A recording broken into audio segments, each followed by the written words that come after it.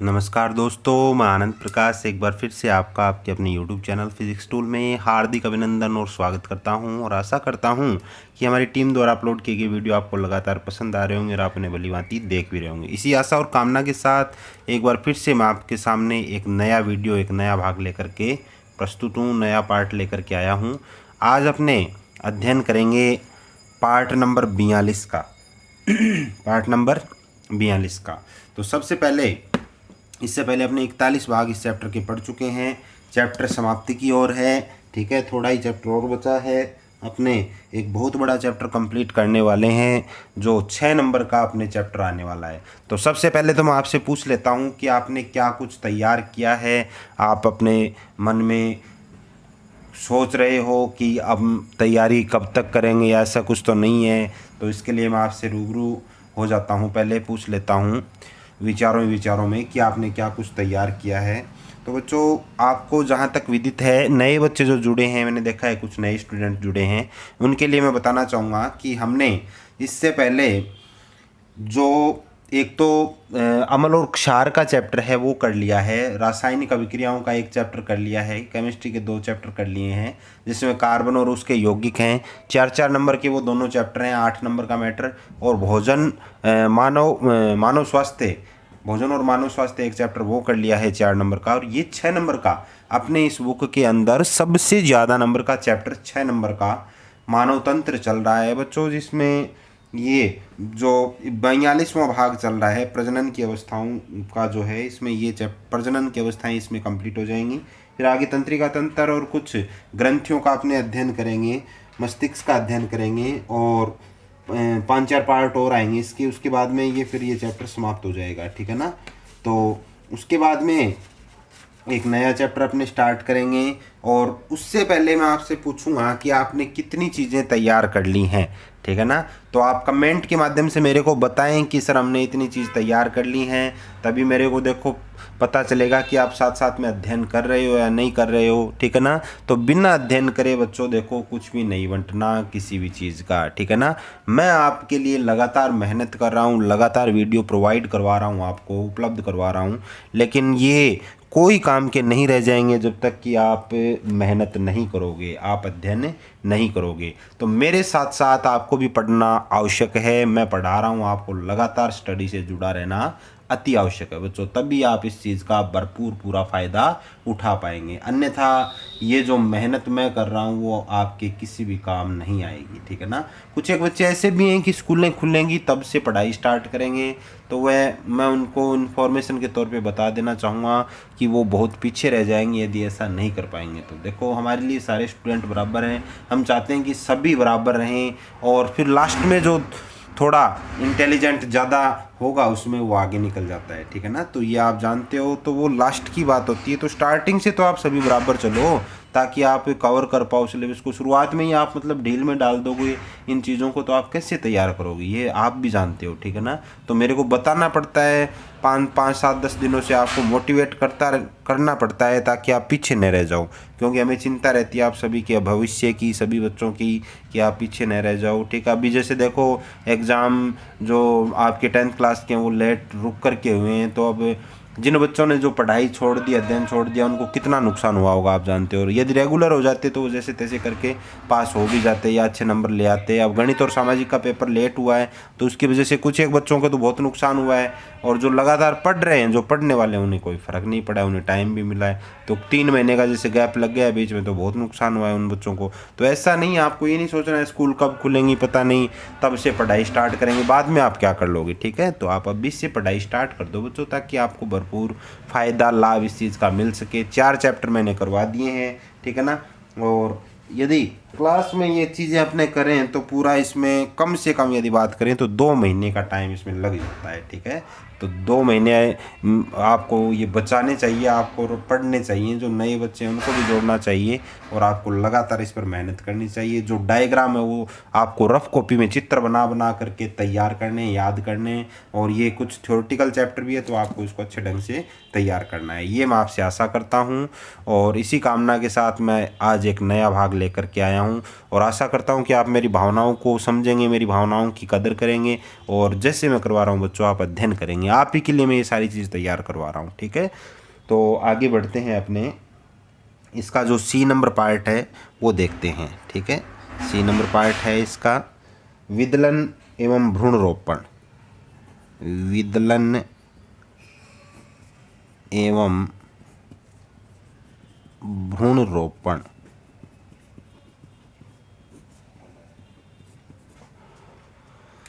अपने प्रजनन की अवस्थाएं पढ़ रहे हैं बच्चों, मैं आपको बता देना चाहूँगा। इससे पहले इम्पोर्टेंट 2 अवस्थाएं अपने पढ़ चुके हैं। निषेचन का अध्ययन किया था और निषेचन बहुत इंपॉर्टेंट चीज़ थी। निषेचन से पहले अपने युग्मक जनन का अध्ययन किया था और अंड जनन की भी एक परिभाषा मैंने आपको बताई थी।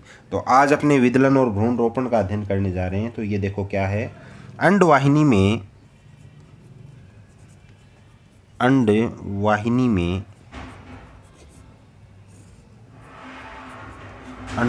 में निषेचन के दौरान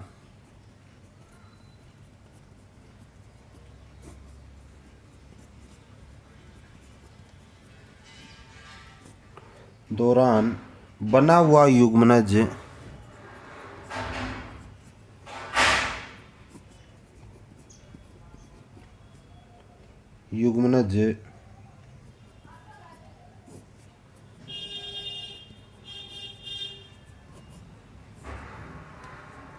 समसूत्री विभाजन करता है।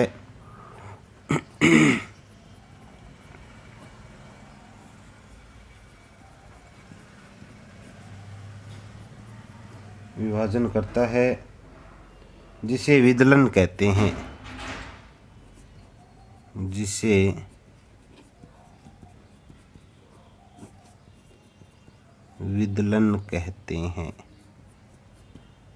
ये विदलन की डेफिनेशंस हो गई बच्चों। विदलन क्या चीज़ है, जिसे क्या कहते हैं, अपने विदलन कहते हैं, ठीक है। अब आगे देखो इसके बाद में, तथा इन विभाजनों के द्वारा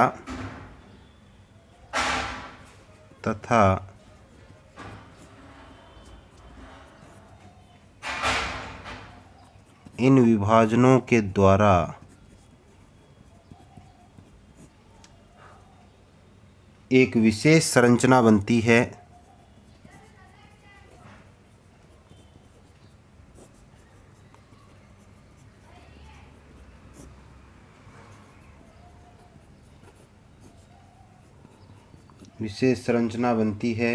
जिसे कोरक या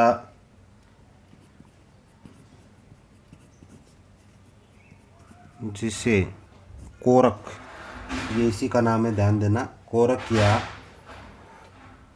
ब्लास्टुला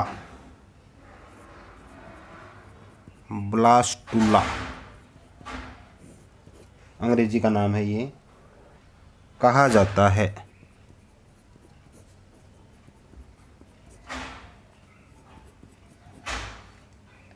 जो गर्भाशय की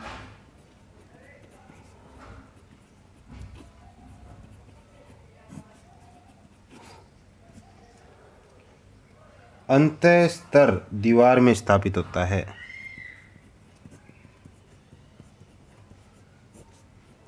अंतःस्तर दीवार में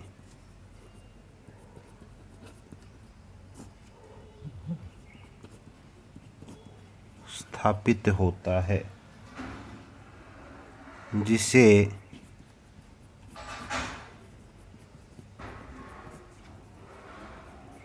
भ्रूण का रोपण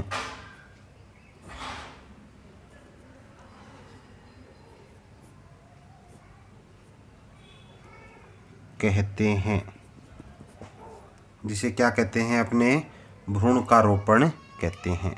तो देखो ये कुछ एक डेफिनेशन, कोरक ब्लास्टुला कहा जाता है और ये भ्रूण का रोपण कहा जाता है, ये डेफिनेशंस आई है, ठीक है ना। और लास्ट भाग है इसका डी, प्रसव। लास्ट भाग डी क्या है इसका, प्रसव। तो इसमें देखो प्रसव में क्या है, प्रसव में है कि भ्रूण रोपण के बाद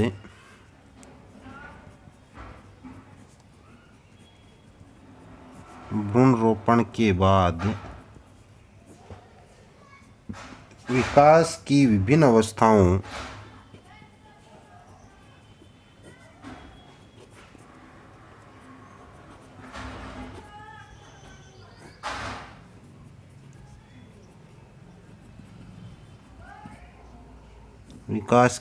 अवस्थाओं गुजरता है भ्रूण गुजरता है। भ्रूण रोपण के बाद विकास की विभिन्न अवस्थाओं से गुजरता है, जिससे लगभग 270 दिनों में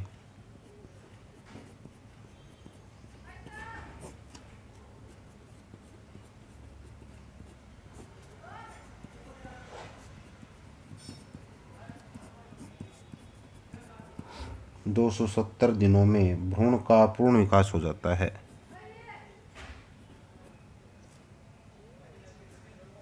भ्रूण का पूर्ण विकास हो जाता है।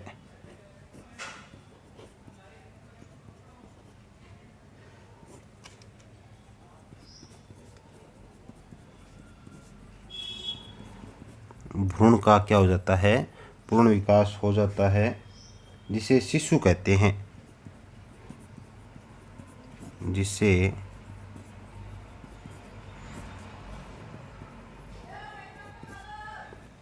शिशु कहते हैं।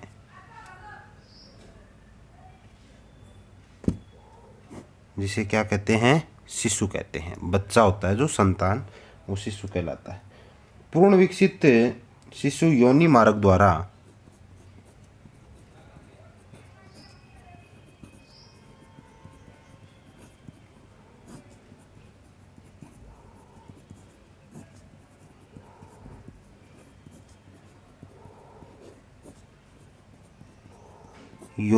द्वारा शरीर से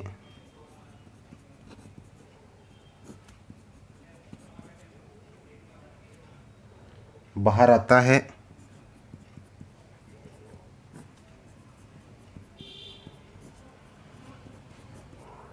जिसे प्रसव कहते हैं।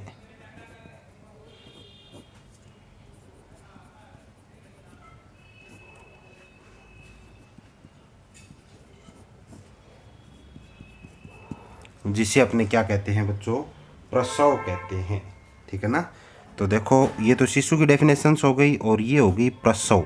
प्रसव क्या चीज़ है? ठीक है ना। तो ये भी इम्पोर्टेंट चीज़ है, प्रसव क्या है। ठीक है। ऊपर विदलन और भ्रूण रोपण आया है, ये भी इम्पोर्टेंट है। अब देखो, मैं आपको बता देना चाहूँगा कि विदलन और भ्रूण रोपण में विदलन इम्पोर्टेंट डेफिनेशंस है। विदलन क्या है? ठीक है। 1 नंबर के क्वेश्चन किए जाते हैं। कोरक क्या है? ये भी इम्पोर्टेंट है। कोरक क्या? ब्लास्टुला इम्पोर्टेंट चीज़ है बच्चों, इस पर क्वेश्चन कर लिए जाते हैं कि कोरक क्या है, ब्लास्टुला क्या है। तो आपको इसको अच्छे ढंग से भली भांति तैयार करना है। 1 नंबर के क्वेश्चन भी इस चैप्टर में से किए जाते हैं, ध्यान रहे। जो मैंने आपको बताया था, छोटे क्वेश्चन भी किए जाते हैं, आपको अच्छे ढंग से तैयार करना है। देखो, और भी ये तो अपने शॉर्ट में कर रहे हैं, बहुत सारी चीज़ें रह गई इसमें तैयार करने लायक, जो अपनी क्लासों में और आपको अध्ययन करवाएंगे। ठीक है ना। तो ये जो चीज़ें हैं, ये इन विभाजनों के द्वारा एक विशेष संरचना बनती है, जिसे कोरक या ब्लास्टुला कहा जाता है, जो गर्भाशय के अंतःस्तर दीवारों में स्थापित होता है, जिसे भ्रूण का रोपण कहते हैं। ये एक और हो गया। भ्रूण रोपण क्या है? ठीक है ना। ये भी परिभाषा होगी। प्रसव क्या है? 270 दिनों में भ्रूण का पूर्ण विकास हो जाता है। देखो, ये भी एक चीज़ है कि भ्रूण का पूर्ण विकास कितने दिनों में होता है? 270 दिनों में। ठीक है ना। और शिशु कहलाता है ये। और फिर ये देखो, प्रसव क्या चीज़ है? ये डेफिनेशंस हो गई। तो ये है बच्चों प्रसव, यानी पूर्ण विकसित शिशु योनि मार्ग द्वारा शरीर से बाहर आता है, जिसे अपने क्या कहते हैं? प्रसव कहते हैं। तो मैं आशा करता हूँ कि ये चीज़ आपको समझ में आई होगी। अगले पार्ट में, अगले भाग में अपने तंत्रिका तंत्र का, मानव तंत्रिका तंत्र का अध्ययन करेंगे। ये प्रजनन की अवस्थाएं समाप्त हो गई। तब तक के लिए धन्यवाद। मैं आपसे आशा करता हूं कि आप आपके अपने YouTube चैनल को ज़्यादा से ज़्यादा शेयर करेंगे और वीडियो को लाइक ज़रूर कीजिए बच्चों। पसंद आता है तो वीडियो को लाइक करना मत भूलें। वीडियो देख करके आप इसे लाइक कीजिए पसंद आता है तो, और ज़्यादा से ज़्यादा इसको सब्सक्राइब करवाइए, ताकि हमारे काम करने का उत्साह लगातार इसी प्रकार से बना रहे। तब तक के लिए धन्यवाद। जय हिंद, जय भारत।